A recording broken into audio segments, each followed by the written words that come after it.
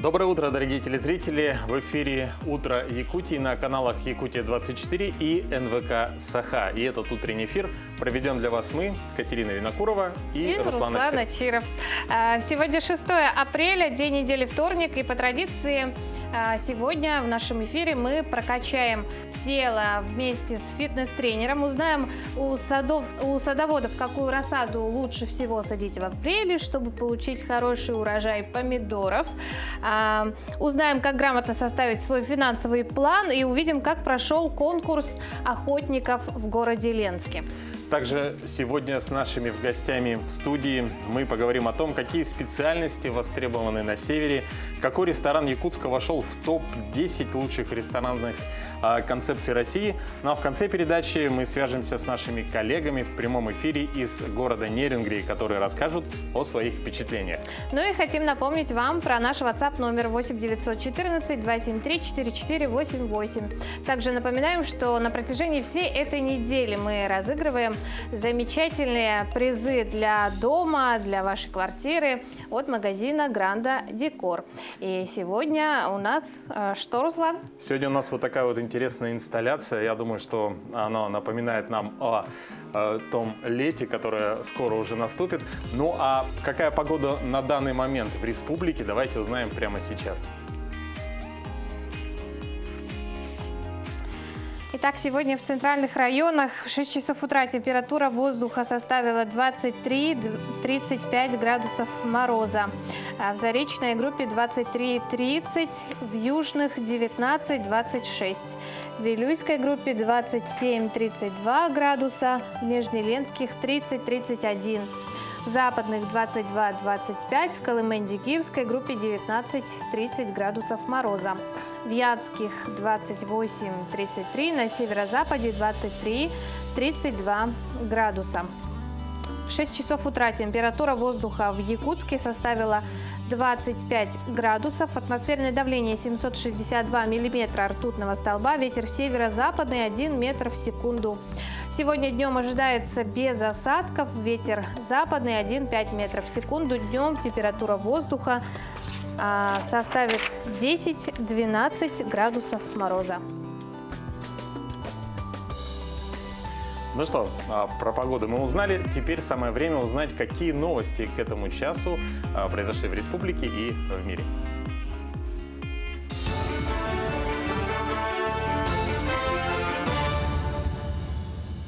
В эфире новости, в студии Кристина Якупова. Здравствуйте. Железнодорожные войска приступают к строительству второй ветки Байкало-Амурской магистрали. Об этом сообщили в Минобороны страны. По данным ведомства, на строительство ветки будут брошены силы всех 10 бригад. Речь идет об участке от населенного пункта Улак до Февральска. Это 340 километров. Модернизация Байкало-Амурской и Транссибирской магистралей входит в долгосрочную программу развития РЖД до 2025 года. Среди ее основных задач – повышение транспортной мобильности, расширение сети высокоскоростных магистралей, развитие скоростного движения и инфраструктуры, обновление парка подвижного состава. В России началось тестирование новой технологии контроля скорости на дорогах. Снижать скорость в плохую погоду будут призывать специальные динамические знаки, а фиксировать нарушения – комплексы сразу из 3 камер. В будущем интерактивные знаки станут частью интеллектуальной транспортной системы и будут использоваться на трассах в большом количестве. К новой технологии уже проявили интерес в нескольких российских регионах. Сейчас о необходимости сбросить скорость предупреждают стационарные знаки, но за превышение скорости никого не наказывают, хотя в сложной дорожной обстановке оно приведет к ДТП. Якутия вернется к допандемическим значениям. Речь идет о трудоустройстве населения. Одним из рычагов ослабления на рынке труда является организация краткосрочных курсов. В этом году более 1700 человек пройдут профессиональное обучение. Краткосрочные курсы организуются в рамках государственной программы занятости населения. С этого года курсантами могут стать те люди, которые заключили социальный контракт. Также безработные граждане, ставшие на учет службы занятости, могут получить удостоверение о переподготовке через региональных операторов. Например, в Центре прикладных профессиональных квалификаций колледжа инфраструктурных технологий СВФУ обучение проходит по 11 направлениям, в том числе таким востребованным профессиям, как сварщик и электромонтажник. Срок обучения у нас 2 месяца. По окончании они сдают квалификационный экзамен в обязательном порядке. Мы практикуем индивидуальный подход, индивидуальный график, поэтому обучение у нас в основном идет и в утреннее время, но упор делается на вечернее время. И, конечно, для каждого обучающего мы составляем индивидуальный график, индивидуальный подход. И преподаватели у нас чем хороши? Тем, что они не только теоретики, а именно практики. 50 общеобразовательных школ Якутска продолжают набор в первые классы. Напомним, продлится приемная кампания до 30 июня. Особым правом принятия в первый класс обладают дети сотрудников полиции и военнослужащих.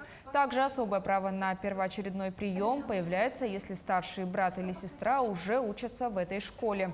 Если раньше администрация школы была обязана зачислить ребенка в течение 14 дней после приема документов, то теперь, согласно новому порядку, соответствующий приказ будет издан в течение 3 рабочих дней после 30 июня.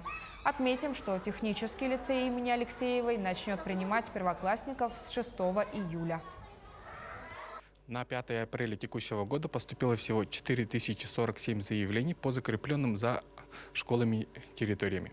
В школу будут приглашать родителей законных представителей для подтверждения данных электронного заявления с оригиналами документов в течение 14 рабочих дней со дня подачи заявления.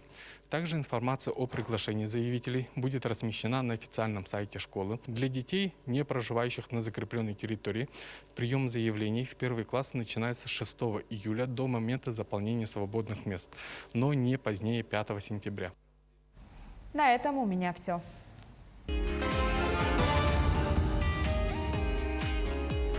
В Ленском районе на Наторинской земле в 8-й раз прошел национальный конкурс «Баянай». Именно здесь традиционно проходят соревнования национального праздника Баянай, в ходе которого определяют лучших охотников. С каждым годом этапы конкурса становятся зрелищнее, пополняется состав участников. В этом году в конкурсе приняли участие 9 команд. Охотники состязались в стрельбе из разного вида оружия, прорубали лунки, разжигали костры и участвовали в эстафете. Призеры и победители получили денежные призы, а также в конце конкурса их ждали вкусные угощения в виде строганины. Глядя на эти соревнования, такая огромная физическая нагрузка. Я думаю, участники каждое утро делают утреннюю зарядку. Да, конечно, обязательно в хорошей физической форме должны быть, как и мы все. Делаем зарядку вместе с нами. Всем доброе утро! Ну что, начнем нашу зарядку? Первое упражнение у нас присед с выпрыгиванием. Садимся на уровень колена, колени за носок у нас не выходят, спина максимально прямая, держим поясницу в прогибе. Садимся, выпрыгиваем вверх, при этом делаем выдох. Сели, выпрыгнули, сели, выпрыгнули. Выполняем данное упражнение 5 раз. Упражнение номер 2. Дорожка. Делаем 4 шага руками вперед, 4 шага назад. Когда встаем, делаем выдох. Таких упражнений мы выполняем 5 раз. Упражнение номер 3. Ленивое отжимание. Становимся в упор на прямые руки, полностью ложимся на грудь, на выдохе встаем, выпрямляем руки. И таких упражнений мы выполняем 5 раз. Очень важно не прогибать поясницу и держать спину прямо. Упражнение номер 4. Бегущий человек. Становимся в упор на прямые руки и в прыжке делаем смену ноги, подтягивая колено при этом к груди. На каждом подъеме колена мы делаем выдох. На этом все. Всем хорошего дня! Доброе утро! Сегодня 6 апреля мы поздравляем работников следственных органов МВД России с их профессиональным праздником. Ну а какие еще даты и события отмечены сегодня в календаре, узнаем в нашей рубрике.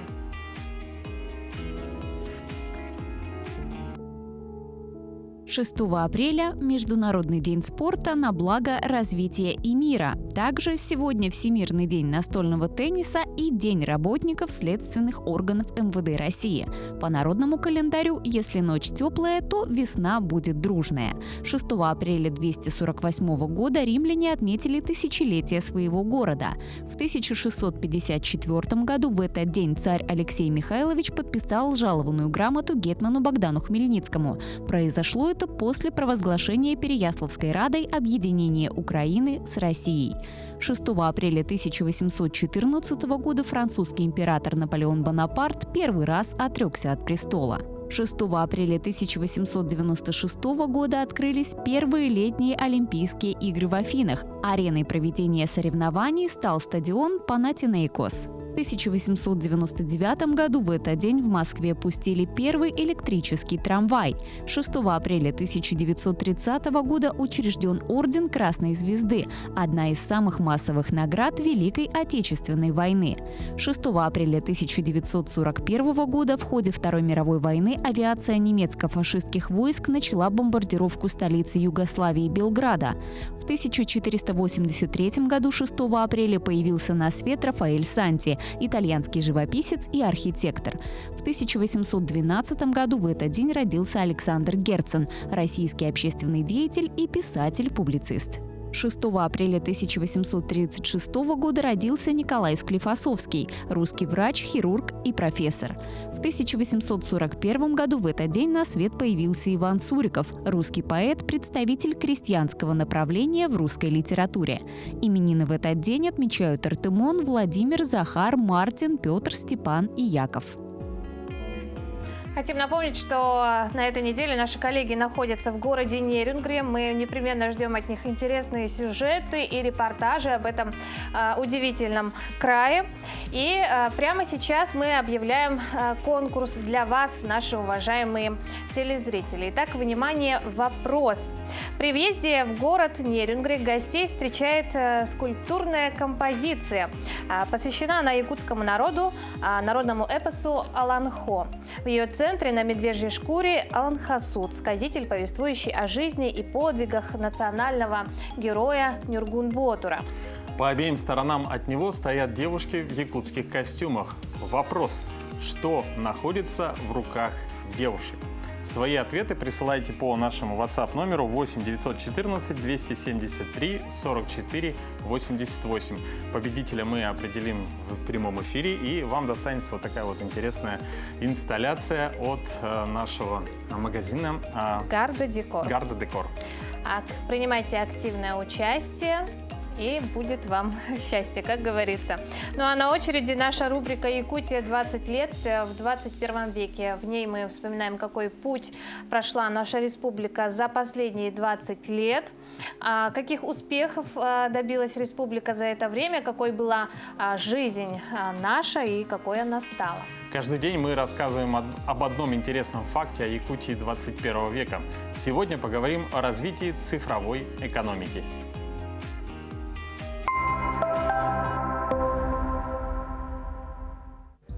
За 10 лет число IT-компаний в Якутии выросло в 10 раз. Их выручка в прошлом году превысила 2 миллиарда рублей. Одна из причин интенсивного роста – хорошая математическая школа и традиционное креативное сознание наших жителей. Сегодня якутские программисты разрабатывают игры, сервисы цифровой безопасности, программные продукты для медицины и транспорта. В IT-сфере работает более 1500 якутян. Только за 2 последних года создано 328 рабочих мест. Развитие IT-отрасли – приоритетная задача. По решению главы республики Айсена Николаева в Якутии создан IT-парк и 10 районных центров информационных технологий. В планах появление 7 IT-центров. Якутский акселератор Б8 обеспечивает поддержку стартапам из разных регионов Дальнего Востока.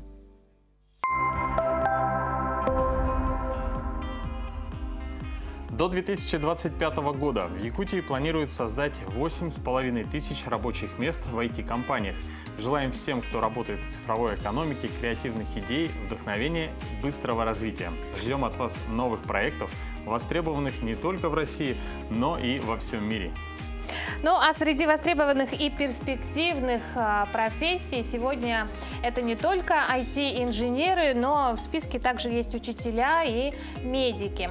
Однако в районах Арктики сегодня не хватает медицинских работников, и именно с этой целью Госкомитет занятости нашей республики в эти дни проводит ярмарку вакансий здравоохранения в Арктике. Сегодня в нашей студии заместитель председателя Госкомитета Республики по занятости населения Гаврил Харлампьев. Гаврил Игоревич, доброе утро. Доброе утро. Какова, сегодня потребность в медицинских работниках в Арктике? Мы уже сказали, что их не хватает, да? По какой специальности они особо требуются и востребованы на сегодня? Да, конечно, к сожалению, у нас сохраняется тенденция нехватки специалистов именно медицинского профиля в арктических зонах. Это у нас на сегодня, например, порядка 115 не хватает медицинских работников. Львиная доля – это, конечно же, врачи. Это 75 у нас врачей не хватает, и остальные – это средний медперсонал, медсестры. Проблема еще возникает в том, что очень много у нас учреждений открывается, скажем так, в центральных районах, в городе Якутске. И, соответственно, у нас специалисты, которые выпускаются, в основном здесь остаются. И, конечно же, это боль для Арктики, когда к ним не едут работать. И мы, соответственно, ежегодно стараемся такие ярмарки проводить совместно, как и с учреждениями здравоохранения, центральными больницами, также и с администрациями. Потому что важная роль для молодого специалиста, для человека, который туда поедет, это же условия жизни, работы.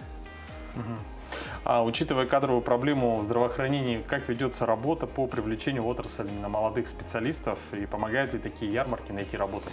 Да, вот наш Госкомитет полностью ведет, скажем так, мониторинг выпускников наших учебных заведений. Их у нас ежегодно порядка 9,5 тысяч выпускается. Вот по прошлому году, если взять анализ, то 9,5 тысяч выпускников выпустилось, из них 3 800 это высших учебных заведений, остальные это среднеспециальные и начальные специальные учебные заведения. Мы их всех мониторим, кто выходит у нас на рынок труда, кто дальше продолжает обучение, аспирантуру. Поэтому с теми, кто у нас целевое обучение проводится через Министерство образования, то мы их вообще контролируем персонально и, соответственно, доводим до работодателей. И в случае, если, например, по каким-то причинам выпускник не приходит на работу к работодателю, то мы разбираемся, почему не пришел, или же, например, почему работодатель не предоставил рабочее место. И понятно, что по востребованным профессиям у нас идет дефицит, это вот в основном по врачам, у нас нехватка даже, скажем так, выпускников. Поэтому на эту ярмарку мы еще и, скажем так, информацию провели в других учебных заведениях за пределами Российской Федерации. Возможно, там заинтересуются молодые ребята приехать к нам. Гаврил Игоревич, почему остро стоит проблема нехватки кадров? Молодежь не хочет отъезжать, выезжать на работу в арктические зоны. И как вы собираетесь привлекать молодежь? По врачам здесь первая проблема в том, что, во-первых, их не так много у нас готовится. Спрос все-таки намного выше сейчас. Как я сказал, очень много у нас вводятся новых объектов, учреждений больших, медицинских. А вторая проблема, конечно же, на селе, в Арктике, в основном, конечно, молодежь в первую очередь интересует условия жизни, даже самое элементарное – это наличие интернета или же, например, мобильной связи. И, конечно же, остро стоит вопрос обеспечения жильем. Не просто жильем, а благоустроенным, нормальным жильем. Но тут, конечно же, со стороны администрации районов и УСов идет работа. И, соответственно, многие сейчас, например, районы уже обеспечивают жилье. Сейчас вопрос только в том, чтобы молодой специалист мог поехать, и ему это нравилось бы там жить и работать. А ведутся ли есть какие-то примеры, например, в каком-то, допустим, УЛУСе предоставляются какие-то условия по трудоустройству молодых специалистов? Да, конечно. Сегодня-завтра у нас ярмарка идет, и все 13 у нас районов участвуют. И там мы даем слово для замглав УЛУСов, которые как раз-таки будут рассказывать для тех, кто будет участвовать на ярмарке, какие условия им предоставят. Практически во всех районах есть возможность предоставления жилья. Гаврил Игоревич, а как можно присоединиться к ярмарке, в каком формате она проходит? Напомню, что сегодня и завтра, да? Да, она у нас сегодня с 2 часов начинается, и завтра тоже с 2 часов будет работать по отдельному графику. Каждый район имеет свое время в течение дня. Можно ознакомиться с программой на нашем портале, это zan.sakha gov.ru или же на портале нашей службы занятости работавякутии.рф. Туда же можно и направить свое резюме. Да, и туда же можно резюме направить. Спасибо большое. Да, спасибо, Гаврил Игоревич, за полезную информацию. Я думаю, что многие наши телезрители посетят ярмарку. Но кем бы вы ни работали и сколько бы ни зарабатывали, всегда встает один и тот же вопрос: как найти денег на свою мечту? И первый шаг на пути к мечте – это составление личного финансового плана. О том, как правильно сосчитать бюджет в нашей постоянной рубрике «Финграмотность». Для составления финансового плана надо сосчитать ваш бюджет, то есть сопоставить доходы и расходы. Финансовый план, как правило, составляется на определенный период и имеет свои цели и задачи. Давай начнем с конца. Вот у тебя есть мечта – взойти на Эверест, ну или купить велосипед. Чтобы мечта стала целью, посчитай, сколько ты получаешь, а сколько тратишь. А теперь прикинь сроки, за которые ты с таким положением дел воплотишь мечту и купишь велосипед. Или доберешься до вершины Эвереста. Доходы можно условно разделить на постоянные, например, заработная плата, заработок арендодателя или стипендия, а также разовые, квартальная премия, подработка. В свою очередь, расходы бывают обязательными и необязательными. Разовые доходы – штука ненадежная. Это скорее приятное дополнение к постоянному заработку. С расходами тоже все просто. Обязательные уходят на еду, жилье и транспорт. Без этого никуда. Необязательные идут на то, что мы так любим, но то, что отдаляет нас от цели. Попробуй пару-тройку месяцев последить, куда уходят деньги. Сохраняй чеки, записывай каждый потраченный рубль. Уже через месяц поймешь, как много денег уходит на мелочи. Это еще называют принципом латте. Один стаканчик латте в день стоит немного, всего 200 рублей. А в год это почти 60 тысяч.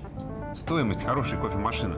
Для подсчета личного бюджета используйте специальные программы. Или сделайте таблицу учета. А если ты тратишь деньги в основном с карточки, то попробуй мобильное приложение твоего банка. Во многих из них можно не только следить, куда деньги утекли, но и сразу создавать заначки на мечты. Итак, вы сопоставили доходы и расходы. У вас должен получиться один из трех вариантов. Первый вариант – дефицит бюджета. Складываешь деньги и хватаешься за голову. Расходы больше доходов. Тут только два пути – тратить меньше или зарабатывать больше.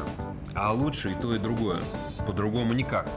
Проклятая математика. Второй вариант соотношения доходов и расходов – профицит бюджета. То есть доходов больше, чем расходов. Представь, и такое бывает у кого-то. Ну, наверное. Тут надо только решить, как заставить это лишнее еще и поработать на тебя. Но об этом в следующий раз расскажу. В третьем варианте доходы равны расходам. Бюджет сбалансирован. Дзен, баланс и равновесие. Но лучше не зависать в этом состоянии, а начать тратить меньше и кое-что откладывать. В сберегательстве тоже есть пара лайфхаков. Первый. Стоит всегда откладывать одну и ту же часть от дохода. Говорят, безболезненно можно зажилить 10% от своего дохода в месяц. Второй и самый сложный. Не трать сбережения на текущие расходы, а то получится, как в анекдоте. Копил на машину, но сорвался и купил чебурек. Ну и последнее. Преврати планирование бюджета в привычку, вроде чистки зубов. То есть делай это регулярно.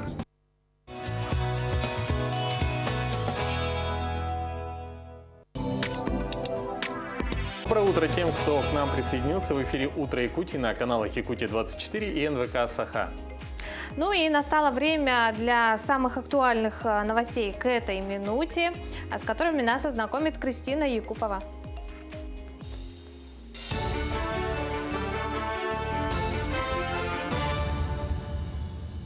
В эфире новости, в студии Кристина Якупова. Здравствуйте. Якутия вошла в топ-5 регионов России по естественному приросту населения. Само исследование проведено экспертами РИА Рейтинг по данным Росстата. Учитывались такие показатели, как убыль или прирост численности населения на начало этого года, естественный и миграционный прирост населения за последние 3 года в регионе. Республика по этим параметрам расположилась на 23-м месте по миграционному. Общий же прирост населения в регионе за последние 3 года составил более 1%, что позволило расположиться на 12-м месте из 85 субъектов страны.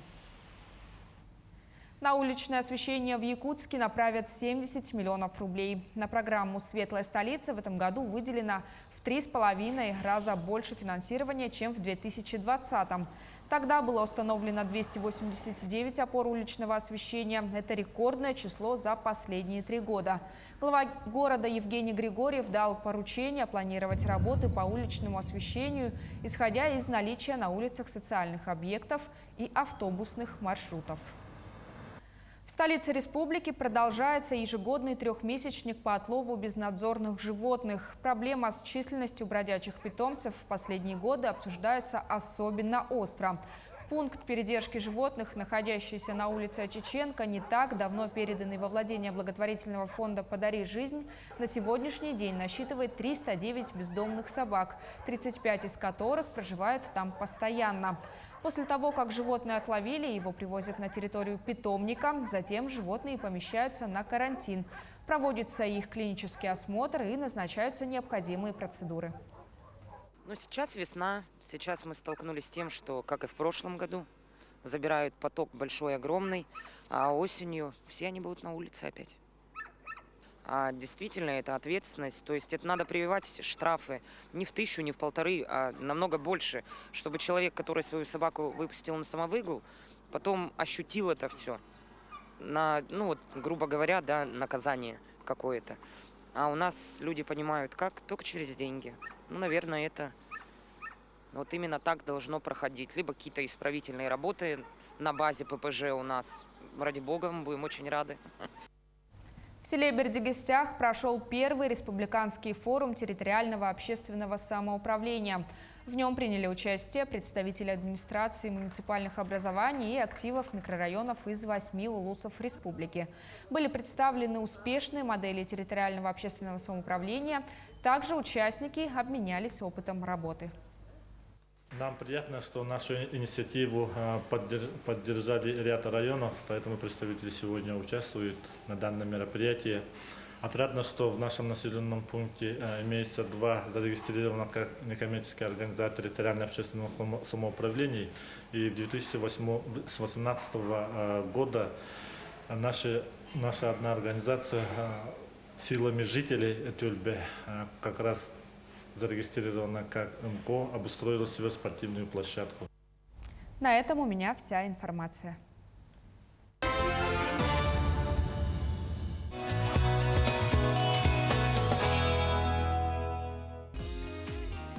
Доброе утро.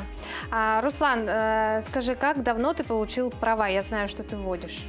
Да, я не то что получил, я уже даже 1 раз их заменил, потому что пришло время. Это было в 2002 году. В 2002 году я получил права. Ну, а знаешь ли ты, что с 1 апреля для современных курсантов вступил в силу новый регламент проведения экзаменов на получение водительских прав? Так, в автошколах введен единый практический экзамен для категорий Б, С и Д. Что же ждет будущих водителей, расскажем вам в нашем следующем сюжете. Действовавший в России более 20 лет формат экзаменов на права уходит в прошлое. Вместо площадки и города кандидатам в водители предстоит сдать единый практический экзамен. Навыки управления, включая параллельную парковку, старт с места на эстакаде, разворот, экзаменующийся теперь будет демонстрировать прямо на улицах. Основным новшеством является проведение одного практического экзамена в условиях дорожного движения.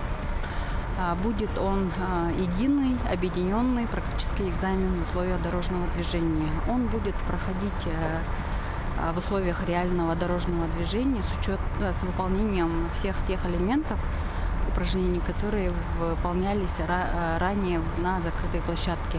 Единый практический экзамен ждет граждан, желающих получить права категории Б, С и Д. В рамках экзамена кандидаты в водители должны выполнить ряд обязательных упражнений. Заезд задним ходом в бокс, параллельную парковку, разворот в ограниченном пространстве и старт движения на подъеме. Помимо этого, теперь во время экзамена смогут присутствовать наблюдатели. Регламентом предусмотрена возможность нахождения в экзаменационном автомобиле представителей объединенных организаций, представителей автошкол. Также это могут быть кандидаты, водители, ожидающие свой экзамен. и сотрудники полиции, иных служб органов внутренних дел. При условии, если сдающий кандидат в водители не будет против их присутствия. Сегодня в автошколах скорректированы программы обучения. Уроков на полигоне стало меньше, а новый формат называют более прогрессивным и удобным. Просто объединили экзамены в один день. И автодром стал, получается, автодром и город в один день они теперь сдают. Сдали теоретическую часть, после этого сразу же могут приступить к практической части, если они готовы. А курсанты, в принципе, как таковое, я бы не сказала, что у них там стресс какой-то. Совершенно спокойно к этому отнеслись, с моей точки зрения. В связи с изменениями качество подготовки водителей вырастет, уверены в ГИБДД. Выпускаемые из автошкол курсанты получают свидетельство о получении профессии водителя. А владелец такого свидетельства должен обладать всеми навыками и умениями вождения.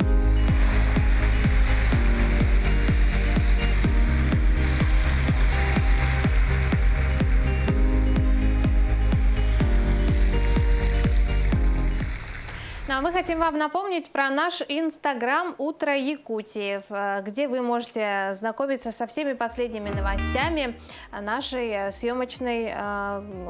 съемочного процесса.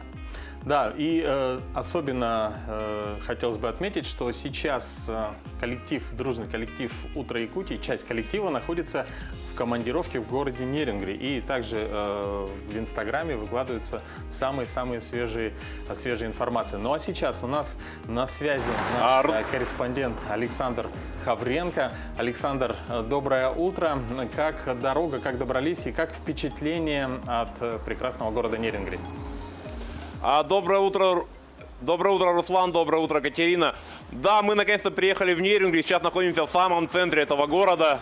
Прямо за моей спиной вы можете видеть площадь Ленина, памятник Ленина и администрацию города. Доехали мы замечательно, мы ехали на поезде.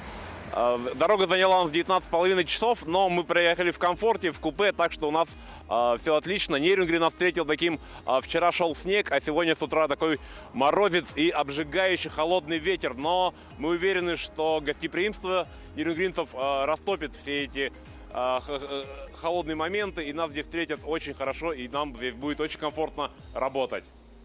Александр, за эти дни что успели посмотреть, что сделать и что планируете снять интересного для наших телезрителей? Вчера мы сразу же по приезду отправились в одно из знаковых мест города Нерюнгри. Это музей Александра Кашукова, где собрана его личная коллекция. Там более 5000 экземпляров. Все, что можно, начиная от коллекции холодного огнестрельного оружия и заканчивая телевизорами КВН, набором мясорубок. То есть там есть абсолютно все, и можно посмотреть историю, практически всю историю как России, так и вообще мировую. Мы вчера походили по городу, немножко посмотрели. В планах у нас, мы знаем, что Нерюнгри — это очень спортивный город, поэтому мы снимем сюжет о нерюнгринской футбольной школе обязательно. В Нерюнгри очень любят животных, поэтому мы расскажем о нерюнгринском клубе любителей хаски. В Нерюнгри очень хорошие люди, очень творческие люди, поэтому мы расскажем о творческом коллективе, о хоре, который называется «Соловушка». Ну и, конечно же, мы обязательно поедем на угольную шахту, на открытие шахты Денисовская Восточная, и тоже расскажем нашим зрителям о том, как добывается черное золото Нерюнгри. Спасибо, Александр. Ну и я думаю, простой вопрос. У нас сегодня в прогнозе погоды было, что минус 19 сейчас в Нерюнгри. Как ощущается погода в Южной Якутии?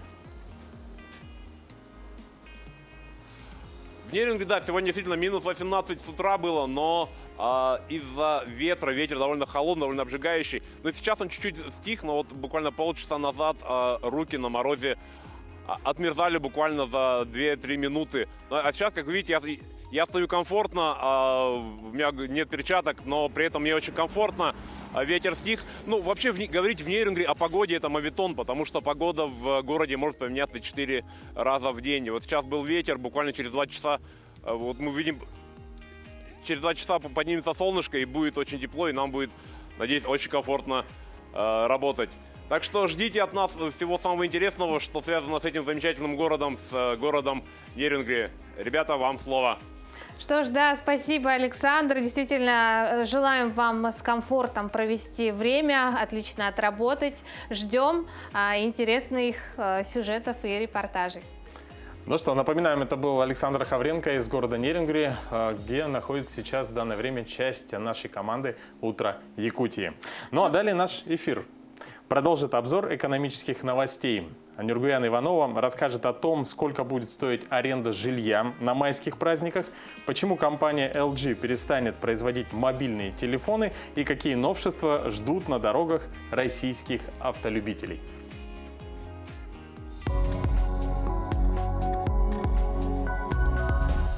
Посуточная аренда жилья на период майских праздников в целом по России подорожала на 20% по сравнению с майскими каникулами 2019 года. Об этом сообщает онлайн-сервис краткосрочной аренды жилья суточно.ру. Рост цен произошел в основном на курортах за счет повышения спроса. В топ-10 российских городов по числу бронирований на майские праздники в 2021 году вошли Санкт-Петербург, Севастополь, Ялта, Казань, Кисловодск, Калининград, Сочи, Москва, Волгоград, Алушта. На многих курортах России продолжительность отдыха на майских каникулах в этом году увеличится. Кроме того, спрос на предстоящие майские каникулы сместился с объектов отельного типа на квартиры и дома, которые остаются в полном распоряжении гостя и где нет посторонних. Электронные дорожные знаки с переменной информацией и контролем за соблюдением их требований могут появиться на дорогах в России. Это поможет штрафовать водителей, которые не соблюдают скоростные ограничения, действующие в условиях низкой видимости или гололедицы. Новая технология предназначена для контроля скорости на магистралях при сложных дорожных условиях, низкой видимости или гололедице. Сейчас такую функцию выполняют стационарные знаки, сопровождаемые табличками с изображением грозовых туч. Несоблюдение их требований никак не наказывается. Новый комплекс включает в себя динамические дорожные знаки, корректирующие информацию об ограничениях скоростного режима, а также схему комплексов видеофиксации. В зависимости от погодных условий табло будут транслировать соответствующие знаки ограничения скорости. Первые две камеры будут фиксировать автомобиль при приближении к арке с табло. Комплекс замерит его скорость и сделает снимок, на который также попадут знаки переменной информации. Южнокорейская корпорация LG Electronics объявила о своем уходе с рынка мобильных телефонов. Решение связано с убыточностью этого бизнеса и высокой конкуренцией. Компания обсуждала продажу производства мобильных устройств вьетнамской корпорации Vingroup и германскому автоконцерну Volkswagen, но соглашения достичь не удалось. Производство мобильных телефонов LG начало нести убытки в 2015 году. Их общая сумма в прошлом году достигла $4 миллиардов США.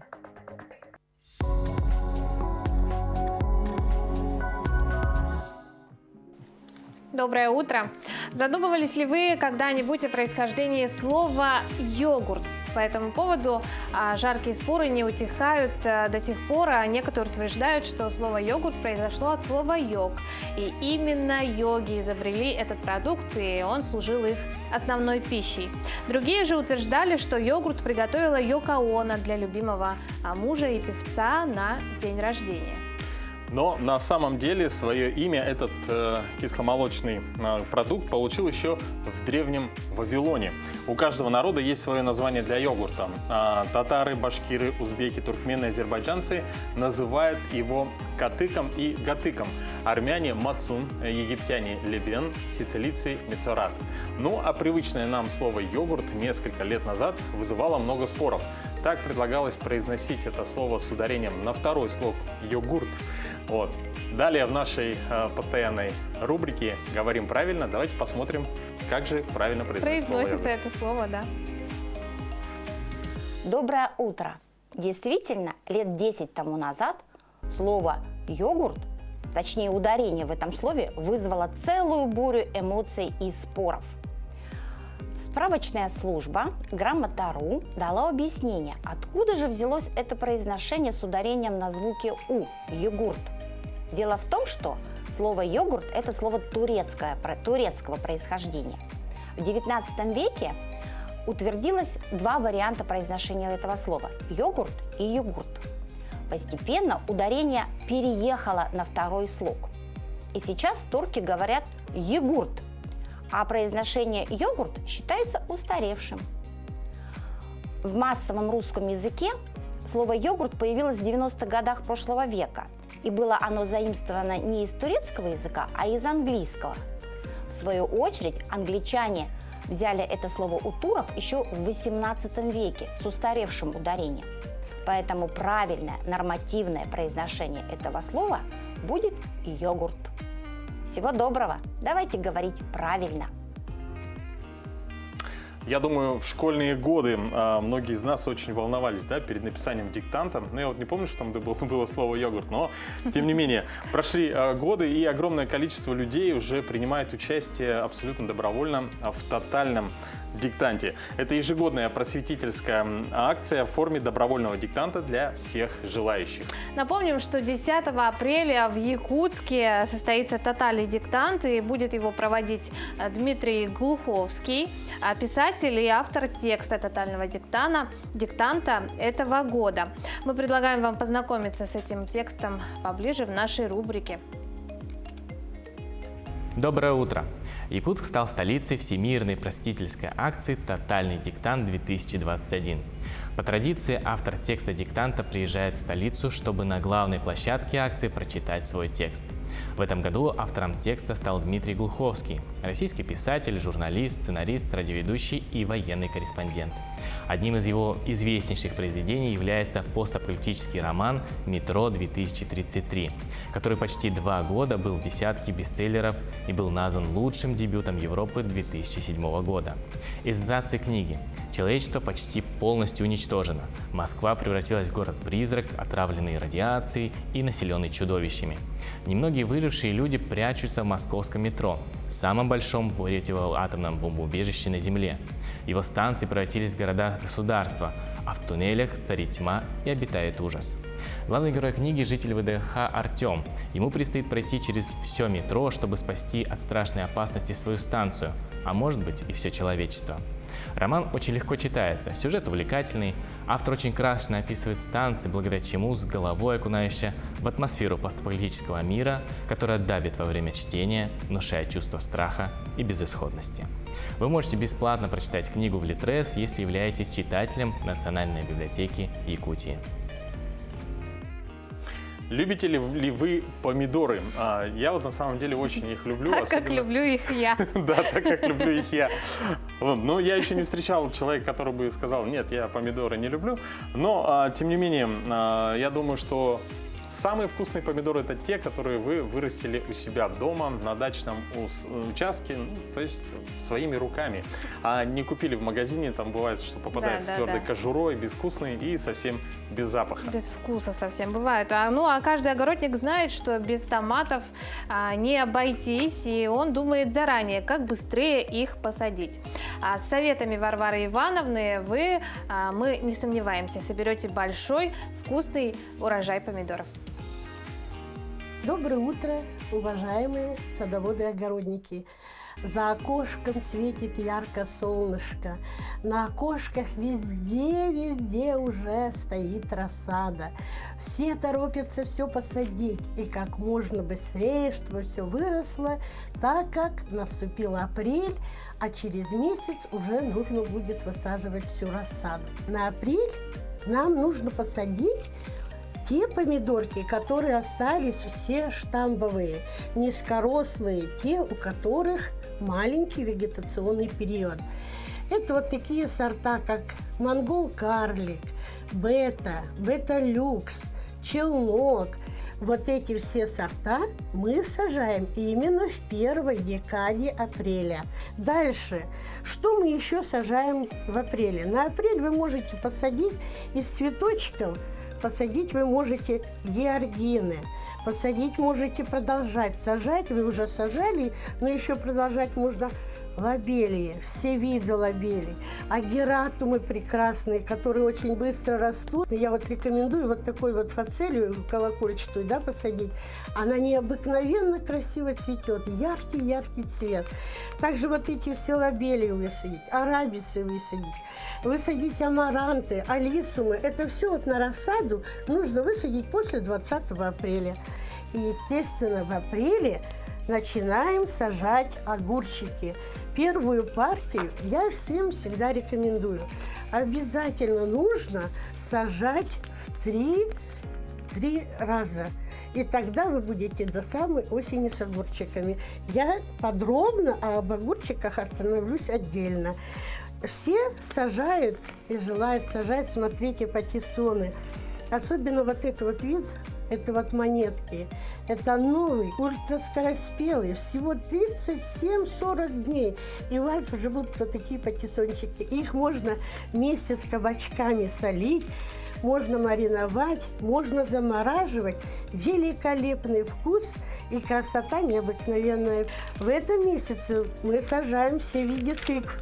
Но смотрите, вот некоторые тыквы, те, которые 140 дней, их нужно посадить вот уже сразу после 10 апреля.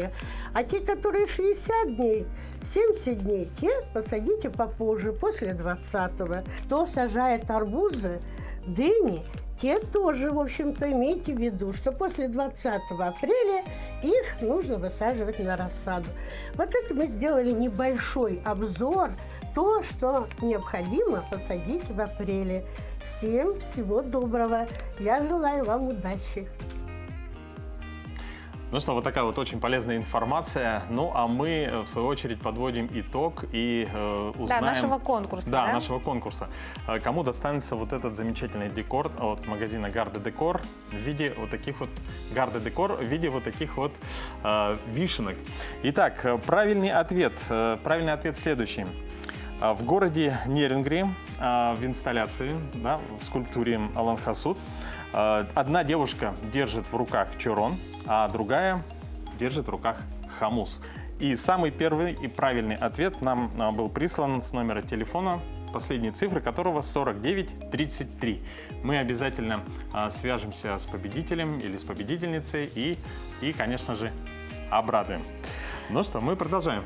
Да, у нас отличная новость. Ресторан «Аврора», который находится в самом центре нашего города, вошел в топ-10 лучших ресторанных концепций России и будет представлять нашу республику в престижной премии «Пальмовая ветвь» 2021 года ресторанного бизнеса. И сегодня гость нашей студии Нургустана Лукина, учредитель ресторанного комплекса «Аврора».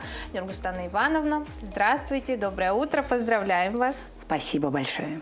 Ну, такое событие произошло впервые, да, в истории ресторанного бизнеса республики. Вот как вы отреагировали, верили вы в успех? Ну, скажем так, когда идешь на такие конкурсы, то внутри ты, конечно, всегда надеешься. Как говорят, плохой тот сержант или как солдат, который не хочет быть генералом. Мы, конечно, мечтали внутри, но когда мы понимали, что такие очень известные, именитые рестораторы участвовали, там, как мы уже я рассказывала, там 7 ресторанов, одного только Аркадия Новикова было выставлено, Рапопорта, известного ресторатора, было 2 ресторана выставлено, и попасть в такую вот прямо возможность. Такая серьезная конкуренция. Очень серьезная. И вот, как я уже сказала, только вот, например, один ресторан Аркадия Новикова попал в 10, и у Рапопорта даже не попал, и мы были просто ошеломлены, бесконечно рады, ну и, конечно, благодарны. Потому что мы понимаем, что, как бы это ни звучало, но это поддержка. И это, конечно, великое чудо. Мы были очень счастливы, что была такая возможность. Конечно. В ресторанном бизнесе существует очень много стандартов, особенно в высокой кухне, соблюсти которые наверняка достаточно сложно и затратно. Какие и в чем сильные стороны «Авроры»? Ну, «Аврора», на самом деле, мы с самого начала его создавали как такой ресторан, который, наверное, нам очень хотелось бы, чтобы вот нашу якутскую кухню, мы его ресторан «Аврора» считаем как сибирская кухня, как показатель именно той сибирской кухни. И нам очень хотелось нашими продуктами великолепными, замечательными, которые у нас есть в Якутии. Ну, я фанат наших продуктов. Если я сейчас начну рассказывать, то я, конечно, очень извиняюсь, может, времени нам не хватить. Да, нам очень хотелось как-то показать его вот в том масштабе, не только в российском, желательно и даже на мировом масштабе, масштабе показать, насколько у нас потрясающие продукты. Сильная сторона нашего ресторана, как, например, если вот, ресторан имеет мишленовскую звезду, то он должен обязательно работать на локальных продуктах. Мы максимально стараемся работать на локальных продуктах. У нас доходит до смешного, что вся команда идет в лес, мы собираем шишки, мы собираем травы, мы собираем грибы, мы собираем зеленый лук. Просто вот у нас, мы немножко в этом смысле такие фанаты своего дела, то есть если их не продают... Настоящая команда у вас. Да, то мы идем, конечно, и это все собираем. Ну и один, конечно, очень важный момент, это мы готовим в русских печах. Это у нас метод томления, который очень сложный, потому что каждое блюдо готовится минимальное количество, это 8 часов, доходит до 72 часов. И главное, чтобы гость не ждал 72 часа. Главное, чтобы все-таки гостю это досталось, как бы он попробовал это в пределах приличного времени. И потому вот эта вся техника, вот это всего приготовления, ну и, конечно, сама вот отношение к продуктам, насколько такая, знаете, высокая кухня, это... На кухне там творится, это вот, я не знаю, это операционный зал с одной стороны, это алхимия с другой стороны. Ну вот любой гость, который придет к нам в «Аврору», может зайти в нашу кухню и посмотреть. То есть у нас прямо мы проводим экскурсии, что значит высокая кухня, потому что это нереально, это...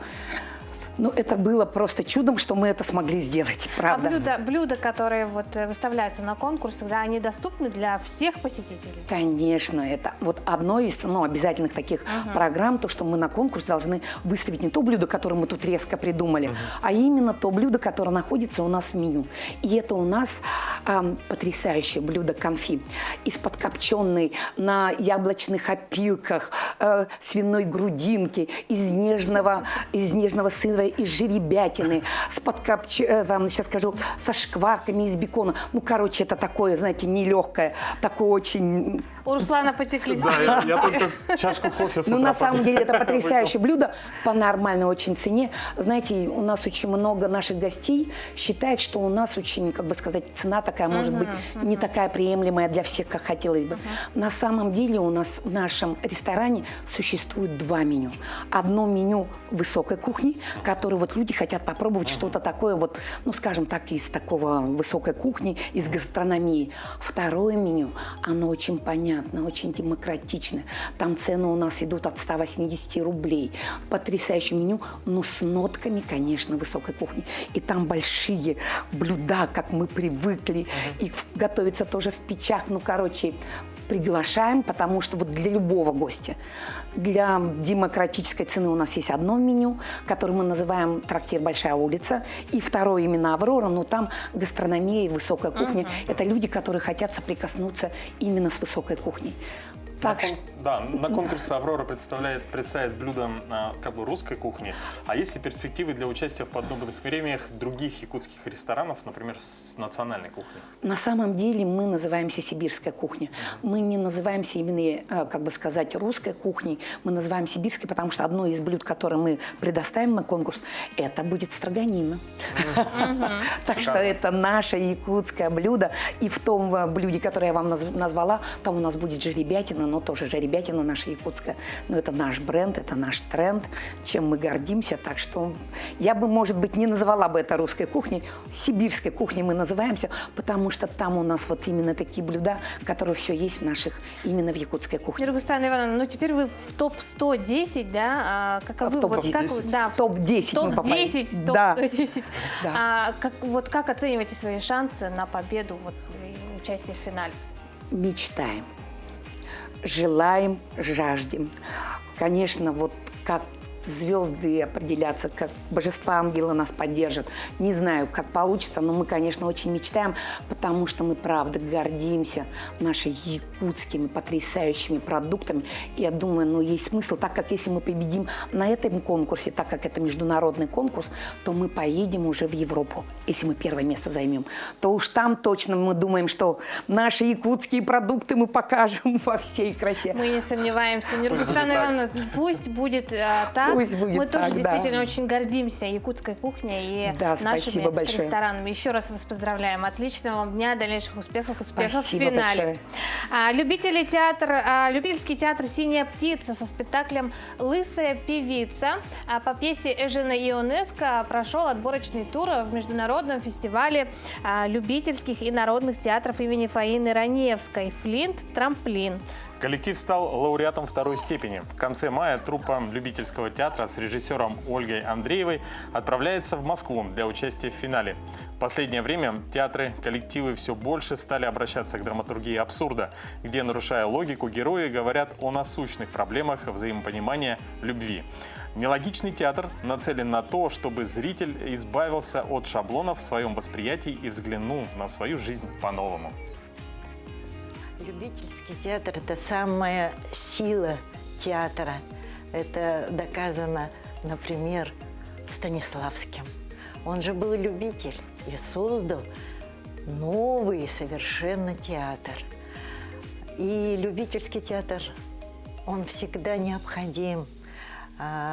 Люди хотят самовыразиться, хотят поделиться своим видением мира. И мне, как режиссеру, это очень важно – работать именно с любителями. Ну что, дорогие друзья, на этом наш эфир подходит к концу. Мы желаем всем отличного, продуктивного дня. Желаем всего самого-самого хорошего. И, конечно же, смотрите наши эфиры каждое утро. Да, присоединяйтесь к нашему WhatsApp, выигрывайте призы, которые мы разыгрываем каждый день. Отличного вам дня сегодня, хорошего настроения. До встречи, до завтра.